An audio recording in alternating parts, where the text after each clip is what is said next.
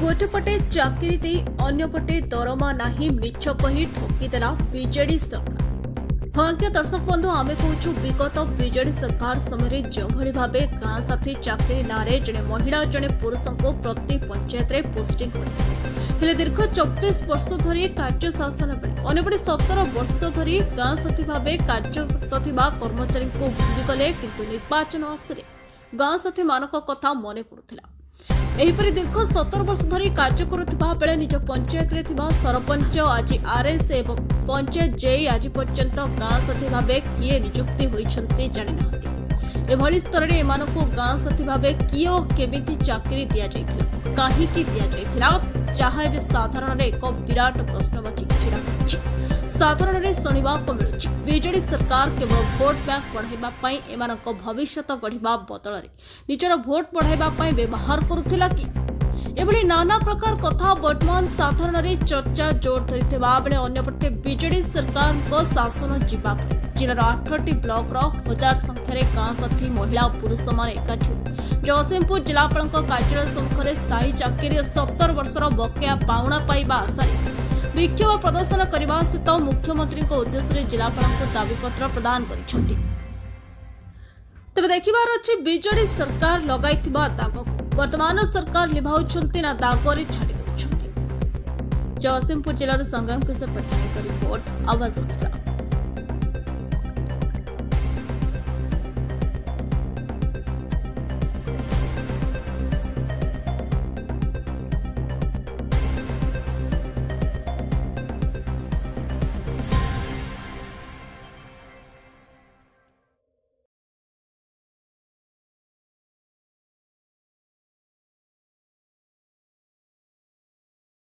मु प्रफुल्ल कुमार स्वाई गाँ साथी मेट संघ मिलित क्रियानुष्ठान कमिटी राज्य कमिटीर सभ्य एवं घर नाउगा ब्लॉक आमर मुख्य दाबी आम जिलापाल जरिया माननीय मुख्यमंत्री महोदय को विनम्रतार निवेदन करुचु। आम दीर्घ 2008 मसीह आज पर्यंत है आम मनरेगा कम निजुक्ति होइछु गोटे पुआ गोटे झील गोटे गाँव में एपर्यंत विगत जो सरकार थिला दीर्घ 16 वर्ष है आमको अवहेलित करुला। आमको कौन मासिक प्रोत्साहन दरबार कौन व्यवस्था करुनथिले सरपंच एवं चेयरमैन एमान हाथ में हाथबारी साजिक आमको अवहेला करुले आम गाँव में गोटे भी कम दौन आम बहुत नो वर्क नो पे कम कले 4 टंका पाइबू ना ना बर्तमान यही भाव में आम 16 वर्ष बीतीगला बर्तमान जो विगत विधानसभा परिप्रेक्षी में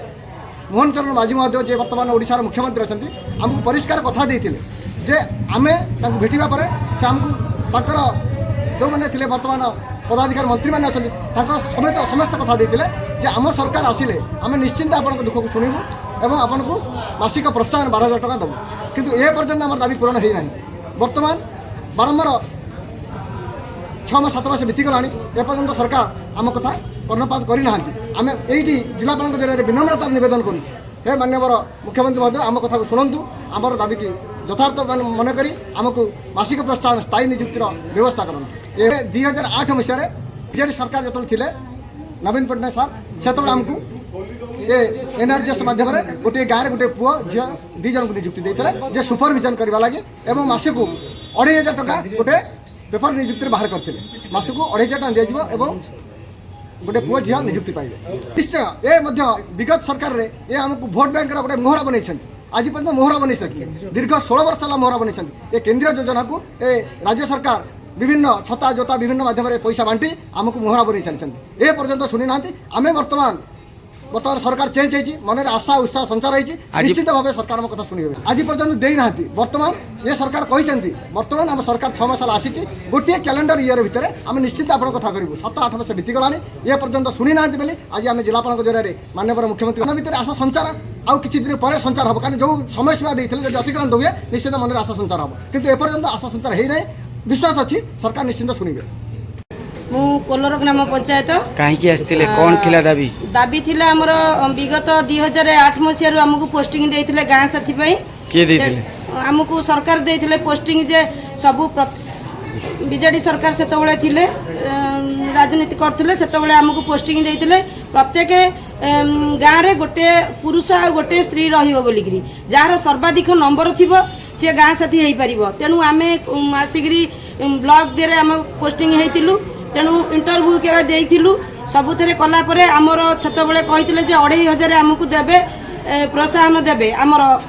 ମଜୁରୀଟା ଆମକୁ ଦେଇଥାନ୍ତେ କିନ୍ତୁ 2.5 ଟଙ୍କା ବି ଏପର୍ଯ୍ୟନ୍ତ ଆମେ ପାଇଲୁନୁ। କେତେ କାମ ତେଣୁ କରିଛନ୍ତି? କାମକୁ ତ ଆମକୁ ଟୋଟାଲ ପଚାରୁନାହାନ୍ତି ନା ଡାକୁନାହାନ୍ତି ଗାଁ ସାଥୀ ବୋଲିକିରି ଆମକୁ ଚିହ୍ନା ନାହିଁ। ତେଣୁ ଆମେ କେମିତି ମାନେ ଆମ ପରିବାରକୁ କେମିତି ଚଳେଇବୁ ଆମେ ଆମର ପିଲା ଛୁଆ ଅଛନ୍ତି ଆମର ବି ପରିବାର ଅଛି। ତେଣୁ ଆମେ ପାଠଶାଠ ପଢ଼ିକିରି ଆଜି ଆମର ସମୟ ପଳେଇଲାଣି ଚାକିରି କରିବା ଗାଁ ସାଥୀ ରହି ରହିକିରି ଆମେ ଗାଁ ସାଥୀକି ଚାହିଁ ଚାହିଁ ଆମର ଚାକିରି ପଳେଇଲା ମାନେ ଟାଇମ ପଳେଇଲା ଚାକିରି କରିବାର। କେତେ ବର୍ଷ ହେଲା ରହିଲେ? ଆଜିକି 14 ବର୍ଷ 15 ବର୍ଷ ହେଲା ଆମେ ଆଜି ଏମିତି ପଡ଼ି ରହିଛୁ। ତେଣୁ ଆମକୁ ସେମାନେ ଆମର କଥା ଶୁଣୁନାହାନ୍ତି। ତେଣୁ ଆମେ କେତେ ପ୍ରତ୍ୟେକ ବର୍ଷ ଯାଉଛୁ ସରକାରଙ୍କ ପାଖରେ ଭୁବନେଶ୍ୱରରେ ନ ଖାଇ ନ ପିଇ ସେଠି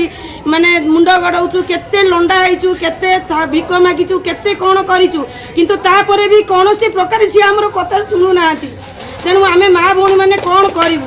ଆମେ ତେଣୁ ଆଜି ଆସିଛୁ ଆମେ ମୋହନ ସରକାରକୁ ଆଜି ଅନୁରୋଧ କରୁଛୁ। ଆମେ ଆମର ବହୁତ ବିଶ୍ୱାସ ଅଛି ସେ ମୋହନ ସରକାର ଆସିଲା ପରେ କିଛି ହେଇପାରିବ ଯେହେତୁ ବିଜେଡ଼ି ସରକାର ଥିଲେ କିଛି କରୁନଥିଲେ ତେଣୁ ଏ ସରକାର ଆସୁଛନ୍ତି କିଛି କରିବେ। ତେଣୁ ଏତେ ଦିନ ହେଇଗଲା କିଛି କରିନାହାନ୍ତି ଆଗାମୀ ଦିନ ପାଇଁ କରିବେ ବୋଲିକିରି ଆମର ବହୁତ ଆଶା। ତେଣୁ ଛୋଟ ପିଲାମାନଙ୍କୁ ଛାଡ଼ିକିରି ଆସିଛୁ ଆମର କଥା ଟିକେ ଶୁଣନ୍ତୁ ଆମକୁ ଟିକେ ସାହସ ଦିଅନ୍ତୁ ଆମକୁ ଟିକେ ଧୈର୍ଯ୍ୟ ଦିଅନ୍ତୁ ରହୁଛି ଏତିକି। ଆମର ଆଜି ଯେଉଁ ଗାଁ ସାଥୀ ସଂଘ ଜନସଂଘ କମିଟି ଡକା ହେଇଛି ଯେ ଆମେ 100 ବର୍ଷ ହେଲା ଯେଉଁ ସରକାର ଆମକୁ ପୋଷ୍ଟିଂ କରିଥିଲା ଯେ ଆପଣ ପ୍ରତ୍ୟେକ ଗାଁରେ 2ଟି ଗାଁ ସାଥୀ ରହିବେ ଜଣେ ସ୍ତ୍ରୀ ଲୋକ ଜଣେ ପୁରୁଷ ଲୋକ ଏବଂ ତାଙ୍କୁ ପୋଷ୍ଟିଂ କରାଯାଇଥିଲା ଯେ ସର୍ବାଧିକ ନମ୍ବର ଯେଉଁ ପିଲା ରଖିଥିବ ସେ ହିଁ ଗାଁରେ ପୋଷ୍ଟିଂ ହେବ କିନ୍ତୁ ସର୍ବାଧିକ ନମ୍ବର ରଖିଥିବା ପିଲାକୁ ଆଜି ସର୍ବନିମ୍ନ କରିଦେଇଛି ସରକାର। ଯେଉଁ ସରକାର ଆସୁଛି ସର୍ବନିମ୍ନ ତାକୁ ରଖିଛି ସର୍ବୋଚ୍ଚ ମାର୍କ ରଖିଥିବା ପିଲାକୁ ସର୍ବନିମ୍ନ ରଖିଛି ଏବଂ ଏହିପରି ଭାବେ 100 ବର୍ଷ ବିଗତ ଗଲା ପରେ ଯେତେବେଳେ ବିରୋଧୀ ଲୋକ ଥିଲେ ମୋହନ ମାଝୀ ଏବଂ ତାଙ୍କର ଯେତିକ ପାରିଷଦ ବର୍ଗ ସେମାନେ ଆମକୁ କଥା ଦେଇଥିଲେ ଆମେ ସରକାର ଆସିବାର 10 ଦିନ ଭିତରେ ତୁମମାନଙ୍କର ଦାବି ପୂରଣ କରିବୁ ଏବଂ ତୁମକୁ ସ୍ଥାୟୀ ନିଯୁକ୍ତି ମଧ୍ୟ କରିବୁ। ସେ